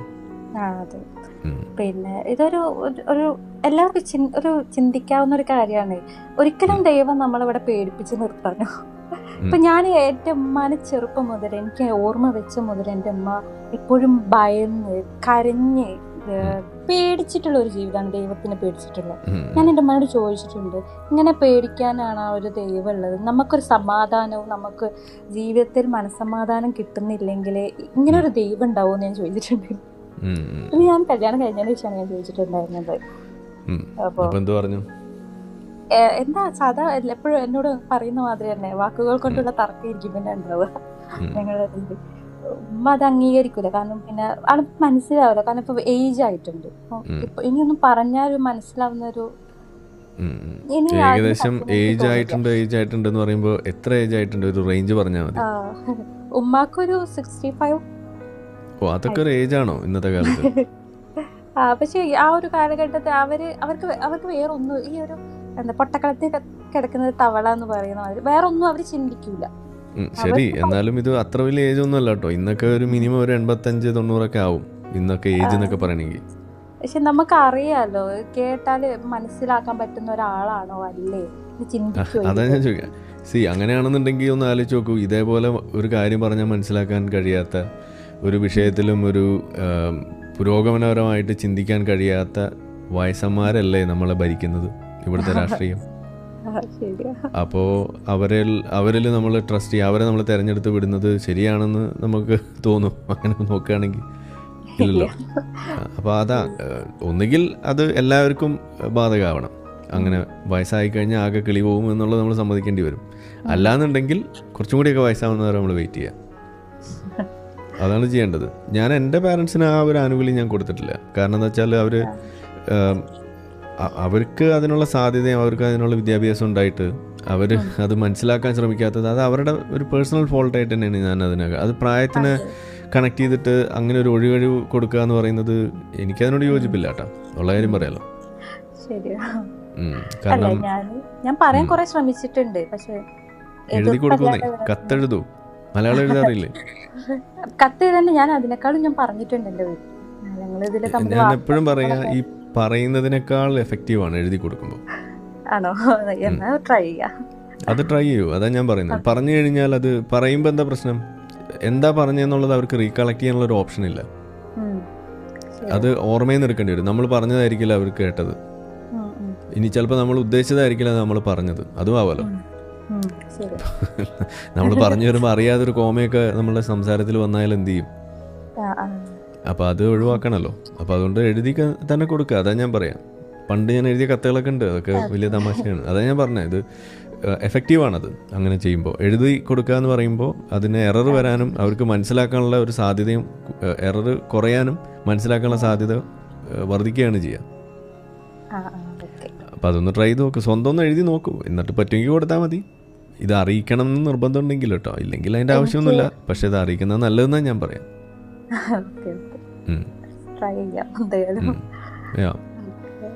ഇനിയിപ്പോൾ എന്താണ് ഇതേപോലെ പങ്കുവെക്കാനുള്ള മറ്റൊരു ഇവന്റ് എന്തെങ്കിലും ഓർമ്മയിൽ തങ്ങി നിൽക്കുന്നത്, ജീവിതകാലത്തിൽ എല്ലാം എനിക്ക് ബുദ്ധിമുട്ടുകൾ തന്നെ ഉണ്ടായിട്ടുള്ളൂ. ഞാൻ ഈ മതത്തിൽ വിശ്വസിക്കുന്ന സമയം വരെ എനിക്ക് ആ ഒരു ജീവിതത്തിൽ എനിക്ക് ബുദ്ധിമുട്ടേ ഉണ്ടായിട്ടുണ്ടായിരുന്നുള്ളൂ. ഒരു പെൺകുട്ടിയായി എന്നുള്ള നിലയിലും ആ പെൺകുട്ടി മതത്തിലാണ് എന്ന് ആയതുകൊണ്ടാണ് എനിക്ക് ഒരുപാട് ബുദ്ധിമുട്ടുകൾ ഉണ്ടായിട്ടുണ്ടായിരുന്നത്. അതിലേക്ക് കടക്കുന്നതിന് മുന്നേ അപ്പോൾ ഒരു ചോദ്യം. സാധാരണ നമ്മളൊക്കെ പറയാറുണ്ട് ഇസ്ലാം എന്ന് പറയുന്നത് സ്ത്രീയുടെ ശവക്കുഴിയാണെന്ന് നമ്മൾ പറയാറുണ്ട്. അതിനോട് യോജിക്കുമോ? ഓഫ് കോഴ്സ്, ഒരു സംശയമില്ല. ഓക്കെ, അപ്പോൾ അതായിരിക്കും നമ്മളുടെ ടൈറ്റിൽ. സ്ത്രീകളെയാണ് ഇതിൽ കൂടുതൽ എനിക്ക് തോന്നുന്നത് നോട്ടിട്ട് വെച്ചിട്ടുള്ളത്. എങ്ങനെ? സ്ത്രീകൾ ഒരിക്കലും പൊങ്ങി വരാൻ പാടില്ല, സ്ത്രീകൾ അവരെ ഇഷ്ടത്തിന് ഡ്രസ് ചെയ്യാൻ പാടില്ല, സ്ത്രീകൾ അവിടെ വോയിസ് ഉയർത്താൻ പാടില്ല. ഇതൊക്കെ ഈ മതത്തിൽ മാത്രമേ ഞാൻ കണ്ടിട്ടുള്ളൂ. അതങ്ങനെ തന്നെ ആയിരിക്കും. വേറെ എനിക്ക് ഒരുപാട് ഫ്രണ്ട്സ് ഉണ്ട്, ഹിന്ദുസ് ആയാലും ക്രിസ്ത്യൻസ് ആയാലും, ഇവരിലൊന്നും ഇങ്ങനെ ഞാൻ കണ്ടിട്ടേ ഇല്ല. എന്റെ ഒരുപാട് മുസ്ലിം ഫ്രണ്ട്സും സ്ട്രഗിൾ ചെയ്യുന്നവരെ ഞാൻ കണ്ടിട്ടുണ്ട് കേട്ടോ. ഓക്കെ, അപ്പോൾ ശവക്കുഴിയാണ് എന്നുള്ള കാര്യത്തിൽ ഒരു തർക്കമില്ല എന്നാണ് പറയുന്നത്. ഇല്ല. ഓക്കെ, അപ്പോൾ നമുക്കത് തന്നെ ആക്കി കളയാം ഇതിന്റെ ടൈറ്റിൽ. അല്ലേ? അതിൽ എന്തെങ്കിലും ആഡ് ചെയ്യാനുള്ള സംഭവം ഉണ്ടോ ഈ പറഞ്ഞ സ്റ്റേറ്റ്മെന്റിനോട് ചേർത്ത് വെക്കാൻ? പുതിയതായിട്ട് അടുത്ത പുതിയ നോട്ടബിൾ ആയിട്ടുള്ള എന്തെങ്കിലും ഇൻസിഡൻസ്? എനിക്ക് ഉറപ്പ് ഈ സർ പറയുന്ന മാതിരി തന്നെ സ്ത്രീകൾ തന്നെ ഇതിന്ന് എന്താ പറയാ, ഈ മതം വിട്ടു പോന്നാല് ഈ മതം നശിക്കും എന്ന് പറയുന്നത് സത്യമാണ്. കേട്ടിട്ടുണ്ടല്ലേ? കാരണം സ്ത്രീകളാണ് ഇതിൽ കൂടുതൽ ബുദ്ധിമുട്ട് അനുഭവിക്കുന്നവര്. ഈ സ്ത്രീകൾ തന്നെ ശ്രമിച്ചാല് ഈ മതം നശിപ്പിക്കാൻ പറ്റും, അതെനിക്ക് ഉറപ്പാണ്. നമ്മളതിൽ പറയുന്നതിന്റെ കാരണം എന്താ വെച്ചാലേ, ഇപ്പോൾ പുരുഷന് ഈ മതത്തിൽ നിൽക്കുന്നതാണ് ലാഭം. ഓക്കെ, നമുക്ക് നേട്ടങ്ങളാണ്. സ്ത്രീക്ക് ഈ മതത്തിൽ നിന്നും ഇറങ്ങി പോകുന്നതാണ് നേട്ടം. അതാണ് നമ്മൾ പറയുന്നത്. ഇത് സ്ത്രീകൾ മനസ്സിലാക്കാൻ ശ്രമിക്കുന്നില്ല, അല്ലെങ്കിൽ അവർക്ക് അത് തിരിച്ചറിയാൻ കഴിയുന്നില്ല. ഇത് പറയുമ്പോഴാണ് മുഹമ്മദ് നബി പറഞ്ഞ ആ കാര്യത്തോട് എനിക്ക് എപ്പോഴും യോജിപ്പാണെന്ന് ഞാൻ തമാശക്കാണെങ്കിലും പറയേണ്ടി വരുന്നത്. സ്ത്രീക്ക് പുരുഷന്റെ പകുതി ബുദ്ധിയാണെന്ന് പറയുന്നത്. കാരണം ഇത് എത്ര പറഞ്ഞു കൊടുത്താലും ഇവർ ഈ ഭയം കൊണ്ട് ഇവർക്ക്, ഈ പുരുഷന് ഭയമൊന്നുമില്ല. അതാണ് നമ്മൾ ആലോചിക്കേണ്ടത്. പുരുഷന് ഈ മതം എന്ന് പറഞ്ഞു കഴിഞ്ഞാൽ അവൻ ആസ്വദിക്കുകയാണ്, ഭയം കൊണ്ടൊന്നുമല്ല. അവർക്ക് എന്ത് തോന്നിയാസം ചെയ്യാം ഈ മതത്തിന്റെ ലേവലും വെച്ചിട്ട്. സ്ത്രീക്ക് പക്ഷെ അങ്ങനെയല്ല. സ്ത്രീ ഇത് ഇപ്പൊ ഉമ്മയുടെ കാര്യം പറഞ്ഞ പോലെ എൻ്റെ ഉമ്മയുടെ കാര്യമൊക്കെ ഇതാണ്. ഞാൻ എപ്പോഴും വീട്ടിലിടിയായിരുന്നു. കാരണം എന്താ വെച്ചാൽ ഇതുപോലെ പാതിരാത്രിക്കൊക്കെ എഴുന്നേറ്റ് നിന്ന് നിസ്കരിക്കുക, എന്നിട്ട് ഇതുപോലുള്ള പരിപാടികൾ, എന്നിട്ട് പകല് മുഴുവൻ ഉറക്കം തൂങ്ങി നടക്കും. അപ്പം ഞാൻ പറയും, ഇങ്ങനെ ഉറക്കം തൂങ്ങി നടക്കാൻ കാരണം എന്താണ്? ഈ പാതിരാത്രിക്ക് എണീറ്റ് നിസ്കരിക്കുന്നതാണ്. ഇതിനുവേണ്ടി അലാം വെച്ച് എഴുന്നേക്കും. എന്നിട്ട് രാവിലെ ഉറക്കം തൂങ്ങി നടക്കും, പകല് ജോലിക്ക് പോകുന്ന സമയത്തൊക്കെ ബുദ്ധിമുട്ട്. അപ്പം ഞാൻ പറയും, എന്നിട്ട് പ്രാർത്ഥിക്കണം എന്താണ്, എനിക്ക് ആരോഗ്യം തരണേന്ന് പറഞ്ഞ് പ്രാർത്ഥിക്കുകയും ചെയ്യും. ഇത് ഈ പ്രാർത്ഥിക്കുന്നതിന് പകരം രാത്രി മര്യാദയ്ക്ക് കിടന്ന് ഉറങ്ങിയാൽ പോരെ? അത് ചെയ്യില്ല. അപ്പോൾ എന്താണ്, ആ രാത്രി എഴുന്നേറ്റ് നിന്ന് പ്രാർത്ഥിക്കണമല്ലോ. കാരണം അങ്ങനെ എന്താണ് രാത്രിയുടെ അന്ത്യയാമങ്ങളിൽ ഇതുപോലെ എഴുന്നേറ്റ് നിന്ന് നിസ്കരിക്കുന്നവർ, ആ ഒരു കാഴ്ച അത് അള്ളാഹുവിന് ഭയങ്കര ഇഷ്ടമാണ്. അങ്ങനെ ചെയ്ത അപ്പം തന്നെ മറുപടിയൊക്കെ കൊടുക്കുന്നൊക്കെ ഏതൊക്കെയോ മുല്ലാക്കന്മാർ പറഞ്ഞു കൊടുത്ത ഇസ്ലാമിലുള്ള സാധനങ്ങളാണ്. അപ്പോൾ ഇത് കേട്ടിട്ടാണ് ഇത് ചെയ്യുന്നത്. ഞാനിത് ചെയ്തിട്ടുണ്ട് കേട്ടോ, അത് വേറെ കാര്യം. പക്ഷെ എനിക്ക് കുറച്ച് കഴിഞ്ഞപ്പോൾ ഇതൊന്നും നമുക്ക് ഇത് നമുക്ക് പറഞ്ഞിട്ടുള്ളതല്ല നമുക്ക് പിന്നെ മനസ്സിലാവുകയാണ്. എനിക്കൊക്കെ ഓർമ്മയുണ്ട് ഇതുപോലെ ഭയങ്കര പ്രശ്നങ്ങളൊക്കെ ഉണ്ടാകുന്ന സമയത്ത് ഇതുപോലെ എഴുന്നേറ്റ് നിന്ന് സുജൂദിലൊക്കെ കിടന്ന് കരഞ്ഞിട്ടുള്ള സമയമൊക്കെ ഉണ്ട്. അപ്പോൾ നമുക്കൊക്കെ അതൊക്കെ ചെയ്യുമ്പോൾ എന്തോ വലിയ സംഭവമായിട്ടാണ് നമുക്ക് തോന്നുക. പിന്നെ കുറെ കഴിഞ്ഞപ്പോൾ മനസ്സിലായി ഇത് നമ്മൾ മെനക്കെട്ടാലേ കാര്യമുള്ളൂ, അല്ലാതെ ഒന്നും ഇതിനകത്ത് കാര്യമില്ല. എനിക്ക് ഓർമ്മയുണ്ട് നമ്മളുടെ ഒരു വിവാഹവുമായി ബന്ധപ്പെട്ട ഒരു റീകൺസീലിയേഷൻ്റെ ഒരു ഘട്ടത്തിൽ ഇപ്പോഴും ഞാൻ ആലോചിക്കുന്നുണ്ട്. അപ്പോൾ ആ ഒരു വീട് എടുത്ത് മാറുന്നൊരു അവസ്ഥ. അപ്പോൾ ആ സമയത്ത് നമ്മളവിടെ ഞാനിങ്ങനെ പരതുകയാണ് ഇൻ്റർനെറ്റിലും അതുപോലെ ഒക്കെ, എങ്ങനെയാണ് വിവാഹബന്ധം ഇനി പൊട്ടാതിരിക്കാൻ വേണ്ടിയിട്ടുള്ള പ്രാർത്ഥനകൾ അതൊക്കെ നോക്കിയിട്ട്. എന്നിട്ട് ഞാൻ ചെന്ന് അപ്പോൾ അതിൽ കണ്ടതാണ് പുതിയ വീട് താമസിക്കുന്ന സമയത്ത് അതിൽ ബക്കറ ഓതണം, അതിൻ്റെ കിബിലക്ക് നിസ്കരിച്ചിട്ട് ഇങ്ങനെ ഓതണം എന്നൊക്കെ പറഞ്ഞിട്ട് ഏതോ സ്ഥലത്ത് കണ്ടു. അങ്ങനെ എന്നിട്ട് ഞാൻ ഇരുന്നിട്ട് ബക്കറ, അപ്പോൾ അപ്പുറത്ത് എല്ലാവരെയും വർത്താനം പറയുമ്പോൾ ഈ വീട്ടുകൂടൽ കഴിഞ്ഞിട്ട് പുതിയ വീട്ടിലേക്ക് നമ്മൾ കയറിയിട്ട് ഞാൻ അപ്പുറത്ത് ഇരുന്നിട്ട് ബക്കറ ഓതുകയാണ്. എന്നിട്ട് അവസാനം എന്തായി, പൊട്ടിപ്പാളീസായി. അപ്പോൾ നമ്മൾ ആലോചിക്കണം എന്താ, നമ്മൾ ഈ പ്രാർത്ഥിച്ച് ഈ ഖുർആൻ ഓതി നിസ്കാരവും നടക്കും, ഈ ബന്ധം ഊട്ടി ഉറപ്പിക്കാൻ വേണ്ട കാര്യങ്ങളിൽ നമ്മൾ ശ്രദ്ധ കൊടുത്തില്ല. ഇതാണ് ഉണ്ടായത്. ഇത് പിന്നെയാണ് നമുക്ക് മനസ്സിലാവുന്നത്. അപ്പം നമ്മൾ ചെയ്യേണ്ട കാര്യം നമ്മൾ ചെയ്യണം. അത് ചെയ്യാതെ ഈ പ്രാർത്ഥിച്ചുകൊണ്ട് നടന്നിട്ട് ഒരു കാര്യമില്ല. നമ്മൾ ചെയ്യേണ്ട കാര്യം ചെയ്താൽ പ്രാർത്ഥനയുടെ ആവശ്യമില്ല. അത് പിന്നെയാണ് മനസ്സിലാവുന്നത്. അത് ശരി. അപ്പൊ നമ്മൾ പ്രാർത്ഥിച്ചിട്ട് ഉത്തരം കിട്ടില്ലെങ്കിൽ ഈ വിശ്വാസികൾ പറയാ അത് പഠിച്ചോണ്ട് ഒരു പരീക്ഷണമാണ്, അതങ്ങനെ ആക്കിയെടുക്കും അവര്. അതെ, അത് ആ ഒരു ചിന്ത ഉണ്ടായിരുന്നു. അതൊക്കെ നമുക്ക് പൊളിഞ്ഞത് നമ്മളുടെ ഈ കോവിഡ് വന്നതോടുകൂടിയാണ്. കാരണം കോവിഡ് ഇന്ത്യയിൽ മാത്രമോ അല്ലെങ്കിൽ ഏതെങ്കിലും ഒരു സ്ഥലത്ത് മാത്രമായിരുന്നുണ്ടെങ്കിൽ ഈ പ്രാർത്ഥനയും ദൈവമൊക്കെ വീണ്ടും കൂടിയേനെ. പക്ഷേ കോവിഡ് വന്ന് ലോകം മുഴുവൻ അടച്ചിടുന്നൊരു അവസ്ഥ ഉണ്ടായി, മക്ക വരെ പൂട്ടുന്ന അവസ്ഥ ഉണ്ടായപ്പോഴാണ് ഇതിലൊന്നും ഒരു കാര്യമില്ല, ഈ പ്രാർത്ഥനയൊന്നുമല്ല, ഇത് വന്നാൽ പഠിച്ചോനൊന്നും ഒന്നും ചെയ്യാനില്ല എന്ന് മനസ്സിലാവുന്ന അപ്പോഴാണ്. അതാണ് അന്നുണ്ടായത്. യെസ്. അപ്പോൾ എന്തായാലും അനുഭവങ്ങൾ വളരെ രൂക്ഷമായ അനുഭവങ്ങളാണ് എന്ന് മനസ്സിലാക്കുന്നു. ആ ഒരു സംശയം ചോദിക്കുന്ന പ്രവണതയെ നോവിച്ച് അതിൽ നിന്ന് തുടങ്ങിയ ആ ഒരു ട്രോമയിൽ നിന്നും പിന്നീട് അവിടെ നിന്ന് അങ്ങോട്ട് മതത്തിനെ മൊത്തത്തിൽ ചോദ്യം ചെയ്യുന്ന അവസ്ഥയിലേക്ക് വരുന്ന ഒരു ഘട്ടം. നിങ്ങൾ ഈ ഹസ്ബൻഡ് എക്സ് മുസ്ലിം ആവുന്ന നിങ്ങൾ വിവാഹത്തിന് ശേഷമല്ലേ? അതെ, വിവാഹം കഴിഞ്ഞൊരു 3 വർഷം ശേഷം. അപ്പോൾ ആ സമയത്ത് നിങ്ങൾ തമ്മിൽ കോൺഫ്ലിക്റ്റ് എന്തെങ്കിലും ഉണ്ടായിട്ടുണ്ടോ ഈ ഒരു പേരിൽ? എങ്ങനെ? മതം വിടുമ്പോ നിങ്ങൾ വിശ്വാസിയും ഹസ്ബൻഡ് അവിശ്വാസിയുമായിട്ട് നിൽക്കുന്ന സമയത്ത് ഞങ്ങൾ രണ്ടാളും ഒരുമിച്ചാണ്. ആള് ഈ ഒരു വഴിയിലൂടെ പോകുമ്പോ എന്നെയായിട്ട് ഡിസ്കസ്, ഏതൊരു ചെറിയ കാര്യം വന്നാലും എന്നെയായിട്ട് ഡിസ്കസ് ചെയ്യും ആള്. അപ്പൊ ഞാനും ഇതില് ഉണ്ട്, ഞാൻ ഈ ഒരു ജേർണിയില് പ്രോസസ്സിലുണ്ട്. അതെ. അപ്പോൾ ഓൾമോസ്റ്റ് എന്താ പറയാ, സൈമിൾട്ടേനിയസ് ആയിട്ടാണ് കാര്യം ചെയ്യുന്നത്.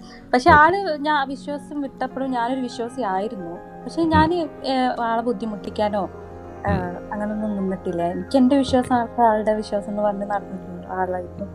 കൂടുതൽ മനസ്സിലാക്കി കുറച്ചും കൂടി കഴിഞ്ഞപ്പോഴാണ് ഞാൻ വിടുന്നത്. നിങ്ങൾക്ക് അങ്ങനെ ഒരു ഭാഗ്യം ഉണ്ടായി, നമുക്ക് അങ്ങനെ ഒരു ഭാഗ്യം ഉണ്ടായില്ല. ചിലത് വർക്ക് ചെയ്യും, ചിലത് വർക്കാവില്ല. നിങ്ങളുടേത് വർക്ക് ചെയ്തു, നമ്മുടേത് വർക്ക് ചെയ്തില്ല, അതാണ് ഉണ്ടായത്. എന്തായാലും കൊള്ളാം സംഗതി. അപ്പോൾ ഏതായാലും ശവക്കുഴിയിൽ നിന്നും രക്ഷപ്പെട്ട മാഡത്തിന് എല്ലാ ആശംസകളും നേരെയാണ്. ഒരു കൺഗ്രാറ്റുലേഷൻസ്. മതം വിട്ടതിനാണ് എനിക്ക് ഇഷ്ടപ്പെട്ട കോഴ്സ് പഠിച്ചത്. ഞാൻ അതിലാണ് എന്താ പറയാ, അതിലൂടെയാണ് ഞാൻ പോയിക്കൊണ്ടിരിക്കുന്നത്. ഈ കോഴ്സ് പഠിക്കുമ്പോഴും എനിക്ക് എതിർപ്പുണ്ടായിരുന്നു എന്റെ വീട്ടിൽ നിന്ന്. പക്ഷെ ഞാൻ ഇന്റീരിയർ ഡിസൈനിങ്ങിന്റെ കോഴ്സാണ് പഠിച്ചിരുന്നത്. അതിനും എതിർപ്പാണ്? അതിന് എതിർപ്പായിരുന്നു. അതെന്താ കാര്യം? അതിലെന്താണ് ഇസ്ലാമായിട്ട് പ്രശ്നം? ലോജിക്കാണ് എനിക്കറിയില്ല. പക്ഷെ അത് പഠിക്കുന്നതിന് വീട്ടുകാർ വലിയ താല്പര്യമൊന്നും ഉണ്ടായിരുന്നില്ല. ഞാൻ അതിന് പൈസ കളഞ്ഞ് പഠിക്കുന്ന ഒരു ഞാനത് കോഴ്സ് കഴിയുന്നവരെ എനിക്ക് ഒരു പോസിറ്റീവായിട്ടുള്ള ഒരു ഉണ്ടായിട്ടില്ല. അതിലെന്ത് ലോജിക്കാണെന്ന് എനിക്കും അറിയത്തില്ല. അതെ. ഓക്കെ. എന്തായാലും എന്തായാലും ഇപ്പൊ എന്റെ അതിലാണ് ഉമ്മയുടെ work ചെയ്യുന്നത്. കാഴ്ചപ്പാട് അങ്ങനെ തന്നെ. ഒരു പെൺകുട്ടി അങ്ങ് എന്താ പറയാ ഒന്നിനും അങ്ങ് ഉയർന്നു പോകരുത്. എന്നാലും എനിക്ക് ജോലിയും വേണോ, ഞാൻ പഠിച്ചൊരു പ്രൊഫഷനിലാണ് എനിക്ക് ജോലി കിട്ടേണ്ടതെന്നുള്ളൊരു വാശിയാണ് അത്. പക്ഷെ ആ ഒരു പ്രൊഫഷൻ എനിക്ക് താല്പര്യമില്ലാതായി പോയി. അത് ഓക്കെ. ഏതായാലും ഇപ്പൊ ഹാപ്പിയാണ്, ഇപ്പൊ ഹാപ്പിയാണ്. സ്വാതന്ത്ര്യം ആഘോഷിക്കുകയാണ് ഇപ്പോൾ. ഓ അതാണ് നമുക്ക് സ്വാതന്ത്ര്യം കിട്ടും. ആ ഒരു ഈ ഒരു ഭയം ഇല്ലാതാവുമ്പോ തന്നെ നമുക്ക് ഭയം അവസാനിക്കുന്നിടത്ത് നമ്മൾ ജീവിക്കാൻ തുടങ്ങും. അത് തിരിച്ചറിഞ്ഞോ? അതെ, അയ്യാ, അതാണ് കാര്യം. അതൊക്കെയാണ് നമുക്കൊക്കെ ഉണ്ടായിട്ടുള്ള ആ ഒരു മരണഭയം. അതുപോലെ നമ്മളെപ്പോഴും പറയാറുണ്ട്, ഈ ദൈവം കൂടെ ഉണ്ടെങ്കിൽ ഏറ്റവും വലിയ പ്രശ്നം എന്ന് പറഞ്ഞു കഴിഞ്ഞാൽ നമുക്ക് പ്ലാൻ എ മാത്രമേ ഉണ്ടാവുള്ളൂ. ദൈവം ഇല്ലാന്നുണ്ടെങ്കിൽ plan A B C D അങ്ങ് തുടങ്ങും, പ്ലാൻ ജി വരെയാണ്. അപ്പോൾ ഒരു പ്ലാൻ വർക്ക് ചെയ്തില്ലെങ്കിൽ പ്ലാൻ ബി എടുക്കുന്നു, അതില്ലെങ്കിൽ സി എടുക്കുന്നു, ഡി എടുക്കുന്നു. അപ്പോൾ ഇഷ്ടംപോലെ പ്ലാൻസ് ആണ്. അപ്പോൾ നമുക്ക് എന്താ ഇതിൻ്റെ വരും വരായികളെ കുറിച്ച് നമുക്ക് തന്നെ ഒരു ധാരണയും ഒരു എക്സ്പെക്റ്റേഷൻ ഉണ്ടാകുമ്പോൾ നമുക്ക് ഈ എന്താ പറയുക, ഡിസപ്പോയിൻമെന്റ് എന്ന് പറയുന്നൊരു സാധനം ഉണ്ടാവില്ല. അതല്ലേ ഉണ്ടാവുന്നത്. ആളുകൾ പറയാം മതമില്ലെങ്കിൽ ആകെ ഡിപ്രഷൻ ആവുന്നൊക്കെയാണ് പറയാം. എനിക്ക് നേരെ തിരിച്ചാണ്. നമുക്ക് നമ്മളുടെ എബിലിറ്റീസിൽ നമുക്കൊരു കോൺഫിഡൻസ് വരുന്നു, നമുക്ക് എന്താ ചെയ്യാൻ കഴിയുക എന്നുള്ളത് നമുക്ക് അറിയാം. നമ്മളുടെ സ്ട്രെങ്ത്, വീക്ക്നെസ് ഇതെല്ലാം അറിഞ്ഞിട്ട് നമ്മൾ അതിന് വേണ്ട കാര്യങ്ങൾ ചെയ്താൽ പോരെ. സോഷ്യൽ സപ്പോർട്ട് നമ്മൾ കണ്ടെത്തിയാൽ പോരെ, നമ്മൾ സോഷ്യലൈസ് ചെയ്താൽ പോരെ. ആളുകളിൽ നമ്മൾ വിശ്വസിക്കുക, ദൈവത്തിൽ വിശ്വസിക്കുന്നതിനേക്കാളും. അതല്ലേ അതിന്റെ വഴി, ശരിയായ വഴി. ഓക്കെ. അപ്പൊ ആ ഒരു രീതി നിങ്ങളിപ്പോൾ എൻജോയ് ചെയ്യുന്നു അല്ലേ? അപ്പൊ എന്തായാലും കേൾക്കാൻ കഴിഞ്ഞാൽ സന്തോഷം. ഇത് കൂടുതൽ ആളുകൾ അറിയട്ടെ എന്നുള്ളത് തന്നെയാണ് നമ്മളുടെ ലക്ഷ്യം. അതുകൊണ്ടാണ് ഇങ്ങനെ ഒരു സംഗതി നമ്മൾ അറേഞ്ച് ചെയ്തത്. പിന്നെ സംസാരിക്കാൻ ഇതേപോലെ താല്പര്യം, ഇതുപോലെ വളരെ ജെന്യുവൻ ആയിട്ടുള്ള ഇൻട്രസ്റ്റ് കാണിക്കുമ്പോൾ നമ്മളത് പ്രൊമോട്ട് ചെയ്യും. ചില ആളുകൾ വിളിച്ചിട്ട് സുഖമാണോ എന്നൊക്കെ അറിയാൻ വേണ്ടി വിളിക്കുമ്പോൾ നമ്മളത് മൈൻഡ് ചെയ്യില്ല. അതാണ് വിഷയം. കാരണം അതിനല്ലല്ലോ ഇതിന്റെ സുഖമാണോന്ന്. നമുക്ക് സുഖമാണല്ലോ, എല്ലാ ദിവസവും ലൈവ് വരുന്നല്ലേ. അപ്പോൾ അതുകൊണ്ട് അത് പ്രത്യേകിച്ച് വിളിച്ച് ചോദിക്കേണ്ട സംഗതിയൊന്നും ഇല്ല എന്നുള്ളതാണ്. അപ്പോൾ പക്ഷേ ഇത് വളരെ ഇമ്പോർട്ടൻ്റ് ആണ്. പ്രത്യേകിച്ച് ഇതുകൊണ്ട് നിങ്ങളുടെ ഫാമിലിയിൽ നിങ്ങൾക്കുള്ള ആ ഒരു ചില റോഡ് ബ്ലോക്സ് അത് നിങ്ങൾക്ക് ക്ലിയർ ചെയ്യാൻ കഴിഞ്ഞാൽ അതൊക്കെ നമ്മുടെ വലിയൊരു വിജയമാണ്. അതാണ് നമ്മൾ ഇതിനകത്ത് കാണുന്നത്. ഓക്കെ. ഇപ്പം ഞാൻ എൻ്റെ കാര്യങ്ങൾ ഇങ്ങനെ പറയുന്നത് ഇടയ്ക്കിടയ്ക്ക് കുത്തിത്തിരികെ നിങ്ങളുടെ വിഷയത്തിന് കൂടെ പറയണെന്തിനാ? ഇത് എൻ്റെ ഉമ്മ അവിടെ ഇരുന്ന് കേൾക്കുന്നുണ്ടേ, അതേപോലെ പല ആളുകളും കേൾക്കുന്നുണ്ട്, നമ്മളെ ഭാര്യ കേൾക്കുന്നുണ്ട്. അപ്പോൾ അവരൊക്കെ കേൾക്കാൻ വേണ്ടിയിട്ടായി പറയുന്നത്. കാരണം ഇത് നമ്മൾ നേരിട്ട് അവരുടെ അടുത്ത് പറയാൻ ശ്രമിച്ചു കഴിഞ്ഞാൽ അവർ കേൾക്കില്ല. പക്ഷേ ഇപ്പോൾ നമ്മളൊക്കെ ഈ കോയ കോളിങ്ങിലേക്ക് ചില ടീച്ചർമാർ വിളിക്കും. ഇപ്പോൾ കഴിഞ്ഞ ദിവസം ഒരു റിട്ടയർമെൻറ്റിലേക്ക് പോയിക്കൊണ്ടിരിക്കുന്ന ഒരു ഹയർ സെക്കൻഡറി ടീച്ചറാണ് എന്നെ വിളിച്ചത്, ഒരു മുസ്ലിം ടീച്ചർ. അപ്പോൾ എക്സ് മുസ്ലിമാണ് ഇപ്പോൾ. അപ്പോൾ അവർ പറയുന്ന കാര്യം അപ്പം ഞാൻ ആലോചിക്കായിരുന്നു, ഇതുപോലെയൊക്കെ നമ്മുടെ ഉമ്മ പറയുന്ന ഒരു അവസ്ഥ. കാരണം എൻ്റെ ഉമ്മ +2 ടീച്ചറായിരുന്നു, പ്രിൻസിപ്പാളായിട്ട് റിട്ടയർ ചെയ്ത ആളാണ്. പക്ഷെ പറയണ മണ്ടത്തരം ഈ മതം തലയ്ക്ക് പിടിച്ച് ഇപ്പം പൊട്ടും എന്ന് പൊട്ടില്ല എന്ന് പറഞ്ഞ് നടക്കുന്ന ആളാണ് ഇപ്പോൾ. അതെ, നമ്മളെ വൈഫ് ഇതേപോലെ ഞങ്ങൾ വേറിട്ടാണ് നിൽക്കുന്നത്. പക്ഷെ എന്നാലും ആള് +2 ടീച്ചറാണ്.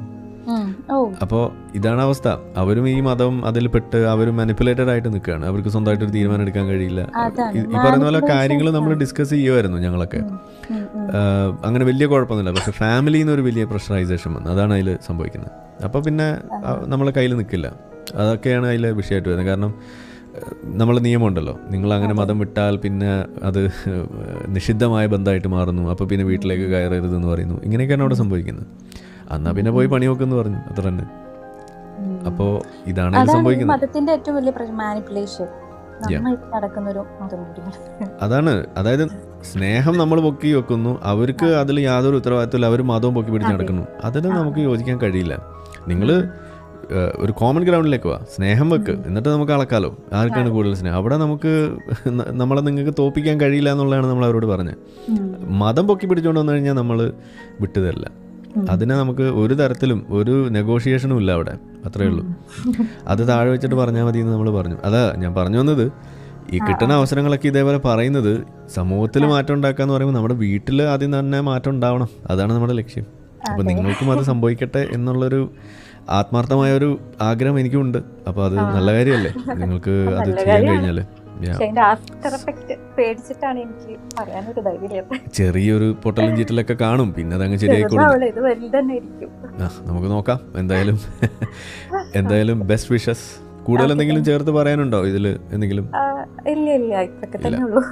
ഓക്കെ. അപ്പോൾ എന്തായാലും ഇതുപോലെ വന്നതിന് ഓക്കെ, അതെന്തായാലും നമുക്ക് പബ്ലിഷ് ചെയ്യാം, കാര്യങ്ങൾ പുറത്തേക്ക് വരട്ടെ. എന്തായാലും വന്നതിന് നന്ദി, സംസാരിച്ചതിന് വളരെ നന്ദി. എനിക്കും വളരെ സന്തോഷമുണ്ട് സംസാരിക്കാൻ. ഓക്കെ, ഹസ്ബൻഡിനോട് പ്രത്യേക അന്വേഷണം അറിയിക്കുക. ആളെ ഒന്ന് പരിചയപ്പെടുത്തി തരണം കേട്ടോ, ആരാന്ന് എനിക്ക് ഇതുവരെ പിടിയിട്ടിട്ടില്ല. അതെ, ഓക്കെ, അപ്പൊ അങ്ങനെ ആവട്ടെ. ശരി. നമ്മളെ വീഡിയോ കണ്ടുകൊണ്ടിരിക്കുന്ന ആളുകൾ ചാനൽ സബ്സ്ക്രൈബ് ചെയ്തിട്ടില്ല എന്നുണ്ടെങ്കിൽ അത് ചെയ്ത് നമ്മളെ സപ്പോർട്ട് ചെയ്യുക. മറ്റു രീതിയിൽ സപ്പോർട്ട് ചെയ്യാൻ ആഗ്രഹിക്കുന്ന ആളുകൾക്ക് അതിൻ്റെ ഡീറ്റെയിൽസ് ഡിസ്ക്രിപ്ഷനിലുണ്ട്. നിങ്ങളുടെ ഓരോ ലൈക്കും ഷെയറും അതുപോലെ കമൻ്റ് ഇടുന്നതും ഇതിൽ ഈ വീഡിയോ അതിൻ്റെ താഴെ വരുന്ന കമൻറ്റുകൾക്ക് നിങ്ങൾ പ്രതികരിക്കുന്നതെല്ലാം തന്നെ വീഡിയോയുടെ റീച്ച് കൂടുന്നതിന് വലിയ തോതിൽ ഉപകാരപ്പെടുന്ന സംഗതിയാണ്. അപ്പോൾ അതുകൊണ്ട് അതിൽ നിങ്ങൾ ഏർപ്പെടണം എന്നും കൂടി ഞാൻ അഭ്യർത്ഥിക്കുകയാണ്. മറ്റുള്ള രീതിയിലുള്ള സപ്പോർട്ട് തുടർന്നും നിങ്ങളുടെ ഭാഗത്തുനിന്നുണ്ടാവും എന്ന് പ്രതീക്ഷിക്കുന്നു.